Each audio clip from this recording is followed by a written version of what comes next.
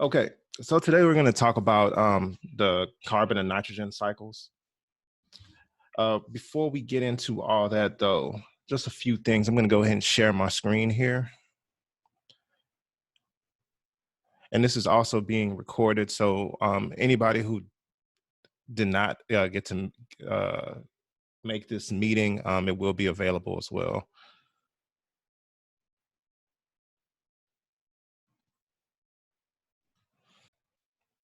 Okay, so I'm currently sharing my second screen here. Now, first order, daily attendance. It is very important that anytime anyone logs in to Google Classroom to go ahead and do your daily attendance. So you can get here easily clicking the classroom. So when you guys come in here, you would go ahead and click Biology Mornings. Then you would move over to classwork, and daily attendance is right at the top. All you would have to do is click this and it takes you to this. And then you would just go ahead, enter your ID number, enter what class period you're in, and then click submit. Very, very easy. And this is a very easy way to make sure that your attendance is always being logged. All right, so that's the first order of business. Second order of business, if you guys have not signed up for Remind yet, make sure you go ahead and click that link.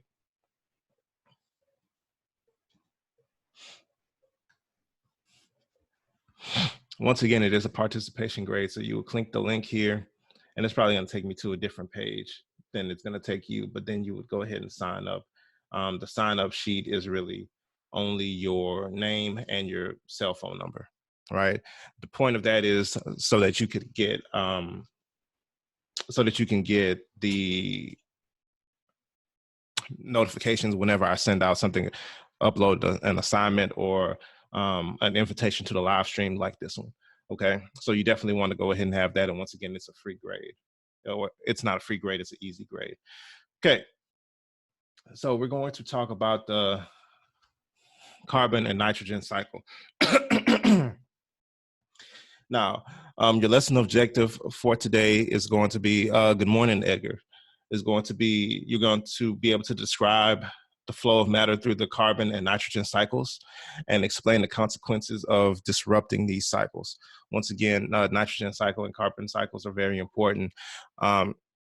It's very important to know what's in the air you breathe. Most people believe that air is just like oxygen and carbon dioxide. Relative, in actuality, oxygen and carbon dioxide make up a very small portion of, well, not necessarily small portion, but it's not the majority of the air that you actually breathe. So that's why it's important to know about this. All right, so real quick, we're gonna watch a little video about the Amoeba sisters. Once again, just a little bit of information about this. There is a chat function on this. So if anybody has a question, you can use the chat function. All right. So, and it's designed so you guys can hear the video. Let me know if you guys can't actually hear this video.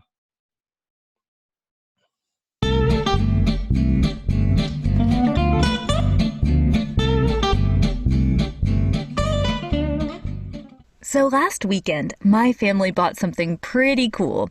Something I'm sure that you've always wanted. No, it's not a pony. It's a rotating compost bin. Yes, it's for compost and it rotates, which is going to be so awesome because the rotating part, that allows it to get aeration. You may already know about compost. It's where biodegradable things can decompose, and the whole idea is, after decomposing, the result is this nutrient-rich organic material that you can provide your plants with. So I'm thinking after a while of adding leaves, banana peels, grass clippings, twigs, overripe fruit. I could keep going. After all these items break down and decompose, I'm hoping to get some nutrient-rich material for my plants. So why am I even talking about this? Well, there are two major things that compost can supply plants with that are so important: carbon and nitrogen. We're going to spend some time talking about these two elements and their cycles because both of them are so important for life. With so many incredible elements on the periodic table, we don't know if it's really fair to have a favorite, but we do. It's carbon. Sorry, nitrogen, you're cool too, but why the love for carbon? Well, we really love how versatile it is. In one form, it could make up your pencil lead, which really isn't lead at all, it's graphite. It's a form of carbon. In another form, carbon can make up one of the hardest substances, diamond. The big four biomolecules, carbohydrates, lipids, proteins, and nucleic acids, they all have carbon. In fact, molecules that contain carbon are known to be organic molecules. Organic chemistry is a branch of science that studies the interactions of molecules that contain carbon. Just look at this carbon atom. Just look at it. It has 4 valence electrons, and carbon has the ability to form tons of compounds. Carbon is a building element in life for this reason. Well, now that you get the point on how important carbon is, let's make sure we understand how we get carbon. That means we need to take a look at how carbon can cycle. First, it's important to understand that there are carbon reservoirs, basically areas where carbon can be found, where carbon is hanging out. And the carbon cycle is a cycling among these reservoirs. So here are some major examples of where carbon is found. Carbon's dissolved in the ocean, it's in rocks, it's in fossil fuels, it's in living organisms, it can be found in the atmosphere. So the idea is to understand that carbon cycles among these reservoirs. Now, our time is limited, so let's take a look at one pathway. Consider carbon dioxide in the atmosphere. It's taken in by organisms that perform photosynthesis. This may be plants. It could be algae in the oceans or lakes. The carbon becomes a part of that photosynthetic organism. If the photosynthetic organism is eaten by an animal, it becomes a part of that animal too, and the animal that eats that animal. Both the plants and animals do cellular respiration, which releases carbon dioxide. When the plants and animals die, the carbon they contained can be stored in sediment, and over a long period of time, they can even be converted into fossil fuels. Now, the burning of fossil fuels produces a lot of carbon dioxide, but too much of that leads to the concern of excessive carbon dioxide in the atmosphere.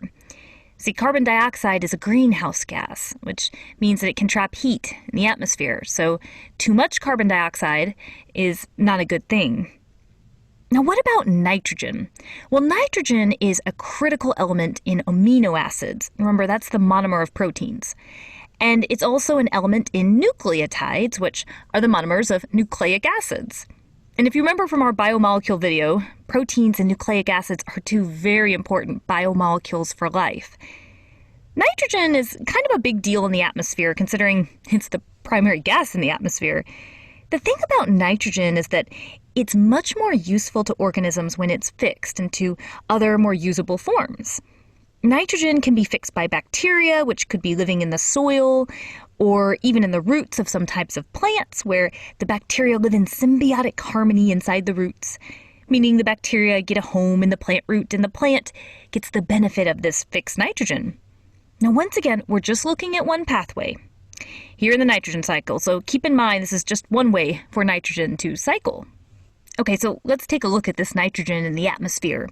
Consider the type of plants that have nitrogen-fixing bacteria living in their roots. The nitrogen is fixed by those bacteria in a form of nitrogen known as ammonia and ammonium. Nitrifying bacteria in the soil can convert the ammonium to nitrates and nitrites, forms of nitrogen that plants can also easily use and assimilate. Now, animals can eat those plants and obtain that nitrogen. When both plants and animals decompose, decomposers return ammonia to the soil in a process called ammonification, where it can be used and reused again. But not all the nitrates and the nitrites get assimilated by plants. No, there are other types of bacteria in the soil too. Drum roll. Denitrifying bacteria. And denitrifying bacteria in the soil can convert the nitrates and the nitrites back into atmospheric nitrogen gas. Again, this is one example of nitrogen cycling through. Keep in mind this happens in both aquatic and terrestrial environments, and there are other ways for nitrogen to be fixed and to cycle. You know how we mentioned that too much carbon dioxide can be problematic? You want a balance in these cycles.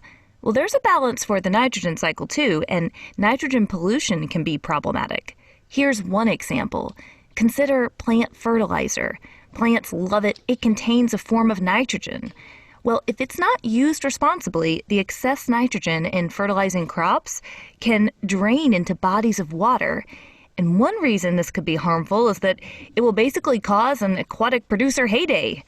All of the algae and water plants, they now have this crazy load of nitrogen for growth. And that might sound like a good thing, but all this producer excessive growth, it's messy. It can block light to the water, and then when they die and decompose, all that decomposing uses up a lot of dissolved oxygen in the water, which can be harmful to aquatic life who needs the oxygen. Whew. Now, this recycling of carbon and nitrogen is pretty remarkable. Just think, you could contain a carbon atom that was once part of a dinosaur. Because of all this recycling, and the carbon and nitrogen cycle is just another beautiful thing connecting all of us. Well, I better get back to my compost. That's it for the Amoeba Sisters, and we remind you to stay curious. Okay, so that particular video was actually very full of information. Today's lesson is basically going to be a recap of that, because it really covered everything that we have to talk about. So let me get this started. Okay, so when we talk about the air, right, this graph kind of shows you what the air that you breathe is actually made out of here, right? So hold on one second. So as you can see here, the oxygen that you and I breathe, right, is 20% of the actual atmosphere. It's 20% of the actual air that you breathe into your lungs, right? 1% other gases. Of these other gases, includes only 0.03% carbon dioxide. Carbon dioxide, what we breathe out, what plants breathe in, was a big cause for controversy or whatever. We'll talk about later when we talk about global warming and the atmosphere being too hot or too warm or whatever because of too much carbon dioxide. Think about that, and then think about the fact that it really only makes up about 0.03% of the air that you actually breathe. And then this 79%, what is this 79% here, right? This is nitrogen. Now, a lot of people we don't talk too much about nitrogen or whatever, because for the most part, it's unusable. We can't use it in its form that it is in the air, and plants can't either. We'll talk about that a little bit later. So, but 79% of the actual air that we breathe in is actually nitrogen.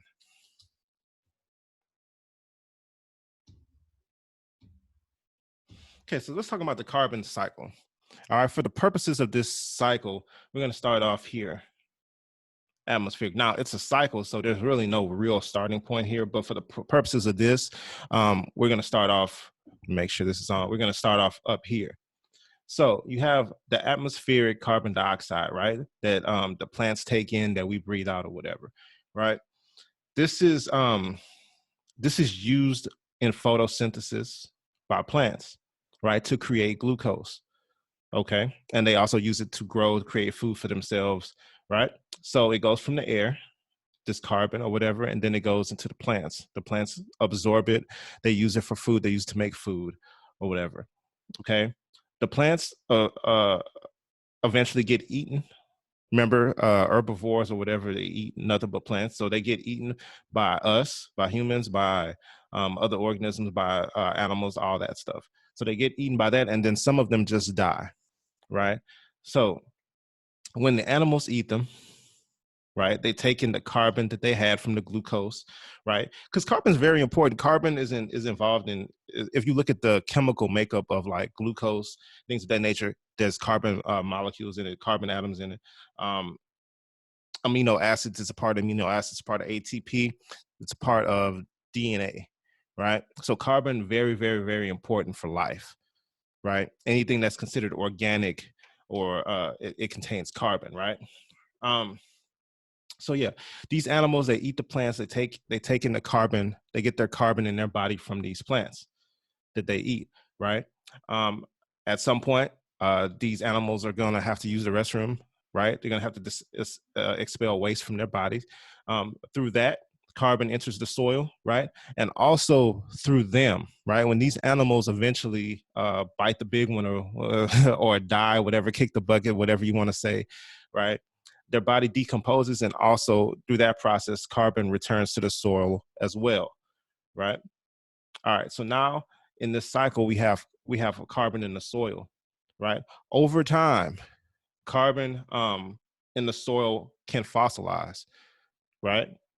So it could take hundreds of years or whatever the case may be, however many years, right? Um, this fossilized carbon is in the ground, right? And then eventually, what do we do with, let me make sure your camera's off. Okay. Now, what do we do with this? Has anybody ever heard of fossil fuels? Right? Your gas, your oil, your coal, that we use for electricity. The fuel that we use for almost everything that we can do, right, that we do in human life, the vast majority of it comes from carbon and some from fossil fuels, which is carbon, right, aged carbon. So your oil, your gas, your coal, how do we use it, right? It's fuel. We burn it, right? Whether that's a refinery, whether that's your car, whether that's you just burning something or whatever the case may be, but we burn the fossil fuels, right? When we burn them, that carbon is released through the fossil fuels back into the air. Also, something like a forest fire, you see here where it shows deforestation or whatever, the trees on fire, that also emits carbon dioxide back into the atmosphere. Also, when we breathe, when the animals breathe, we release carbon dioxide back into the atmosphere, right? So that's how this whole thing is a cycle. So you see, we went from the atmosphere, right, to the trees, to the plants, or whatever, using it to grow and to create sugar or glucose or whatever. Then we saw the animals eating these plants, okay, and then we saw, the animals using the restroom or dying, and that carbon being returned to the soil. And then we dig the soil, right? We drill for oil and gas, and we dig coal, right? And we use it, we burn it eventually, right? And then it's returned to the atmosphere. So that's kind of how this works. That's how this whole cycle works, this carbon cycle. All right. Okay, and this is just kind of explaining the same thing. And the lesson today, guys, is not going to be this huge, long lesson. We're going to go through this. I'm going to see if you guys have any questions, if you guys have any concerns, how you guys are adjusting to this online school, and then I'll let you guys go if you guys don't have questions and all that stuff. All right. So next up, we have the nitrogen cycle. Now, nitrogen, once again, as we said earlier, nitrogen is not as talked about as carbon and some of the other, because it exists around us in such a large amount, but we can't use it. You know what I mean? Most of the nitrogen that we breathe or that's in the environment, we can't actually use it. So anyway, we start off with nitrogen in the same situation, atmospheric nitrogen, N2, right? It's all around us, it's all in the air. Okay. Now, who needs nitrogen? Nitrogen is actually part of amino acids. It's a part, makes up parts of ATP. Remember ATP, we need ATP for energy. And it's also a part of our DNA. So we need it in our bodies too, right? Plants as well need it, right? But how do plants get it? Plants cannot breathe nitrogen. They cannot take in nitrogen the way they do with carbon. Now, going back to carbon for 1 second, plants don't actually use carbon dioxide from the air just straight like that. They also have to fix it or convert it, right? But with nitrogen, plants can't use it at all. They can't even convert it. They can do absolutely nothing with it. With nitrogen, they actually need, if you look here, they actually need these nitrogen fixing bacteria that typically live next to their roots. These bacteria are able to actually do the converting so that the plants can use it. They take in the N2 from the air, they take in the nitrogen, right? And they fix it. They turn it into like ammonia, right? The plants can use ammonia, and that's how it's absorbed through the plant roots into the plant, right? And then from here, it's the same kind of deal. This rabbit will eat this plant, and that's how it can get its fix of nitrogen as well, ammonia, whatever you want to say. Now, this will eventually have to emit waste, or it will die, right? And then this is another way the soil can get that nitrogen, right? Because the decomposers, your fungi, your bacteria, and all that stuff, it will actually decompose the rabbit or dead plants or whatever the case may be, and it'll turn the nitrogen that it gets out of the plant or the dead animal into ammonium, right? Which it'll release into the soil, right? So it's two ways. It can get here from the from the nitrogen fixing bacterias, right? It can also get into the soil. Well, it gets into the plant from the nitrogen fixing bacteria. So it can get into the soil from nitrogen soil bacteria, but it can also get into the soil from decomposers, right? That turn into ammonium. Now, those decomposers can actually turn ammonium into either nitrites or nitrates or whatever, which can be used by plants. And they can also just be passed to other bacteria that converted back into the nitrogen that goes back into the air, right? But the point is, nitrogen it's around us so much, 79%, as we saw in that first graphic, but most of which we can't even really use it. We need bacterias of some sort, or we need decomposers to allow us to get some of this nitrogen from out of the atmosphere. Okay. Now, why is this important? Now, let's go back to the carbon cycle for 1 second. Now, has anybody ever heard of global warming? Right, global warming is a huge subject that's talked about all over the news, that scientists everywhere are worried about. There's a lot of press gets given to global warming. What is global warming, right? So as we see here, when we talked about carbon being released into the air, this is this is humans, right? We're the ones who build refineries and all that to burn fossil fuels, right? If there's too many of these, right, there's too much. It's kind of upsetting the cycle, right? Because okay, we dig the oil and gas out of the ground, we dig the coal out of the ground, we burn it at such a high level because it's millions and millions and millions and millions of people who need to drive and who need different services, electricity, who needs gas, who needs oil for whatever reason. So many people doing it's so many people doing stuff, right? Can I turn this off? Okay, so many people doing stuff, right? That there's too much of this being released into the air, right? It's being released at a rate that's too fast for like plants to take it in and convert it and release more oxygen or whatever. So that leads to too much atmospheric CO2 in the atmosphere, hanging around the atmosphere. Now, why is this a problem?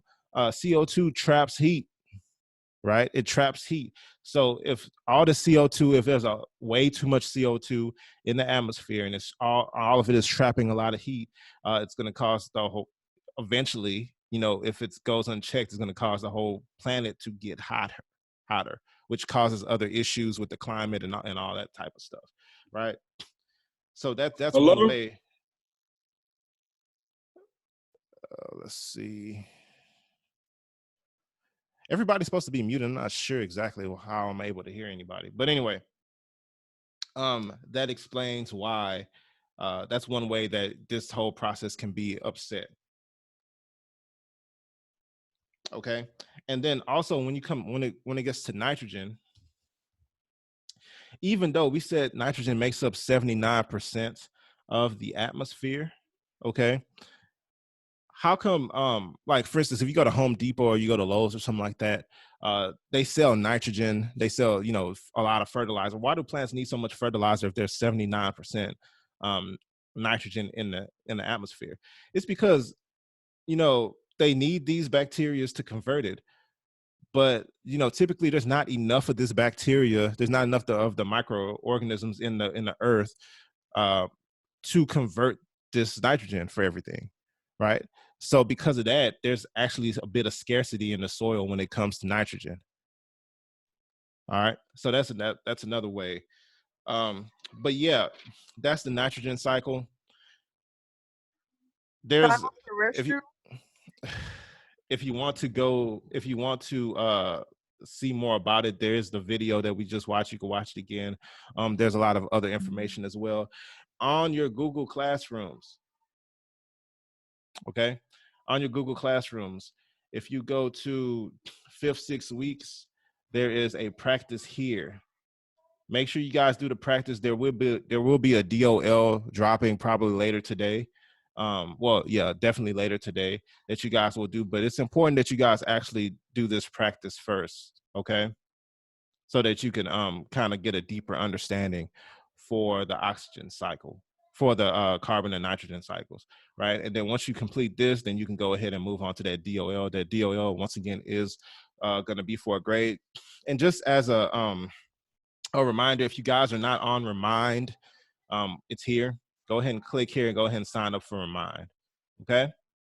All right. So as far as the lecture portion of this live stream, that does complete the lecture portion. Let me stop this share, and then let me open up this chat box. Let's see. Anybody have any questions before we end this meeting? Can I borrow a pencil? Who's talking? I see Andrew and I see Maria and I see Edgar, but there's other 2 boxes. I just see iPhone. You're supposed to actually write your name in there. Let's see. To be honest, I don't even know. I don't have any questions. I'm good. Okay. Is that Andrew? Yeah, that's me. All right, man. All right, bro. Thanks. All right. All right. If nobody has any questions, once again, let me open up this chat box real quick.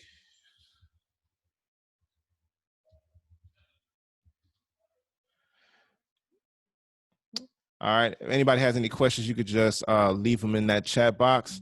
If not, you guys are free to go. Make sure you're logging your attendance. Is everybody logging their attendance? I showed you guys earlier. Make sure you're logging that daily attendance. It's very, very, very, very important. Okay. But yeah, if nobody has any questions and everybody signed up for Remind and logged their attendance, you guys are free to go. I will go ahead and end the meeting.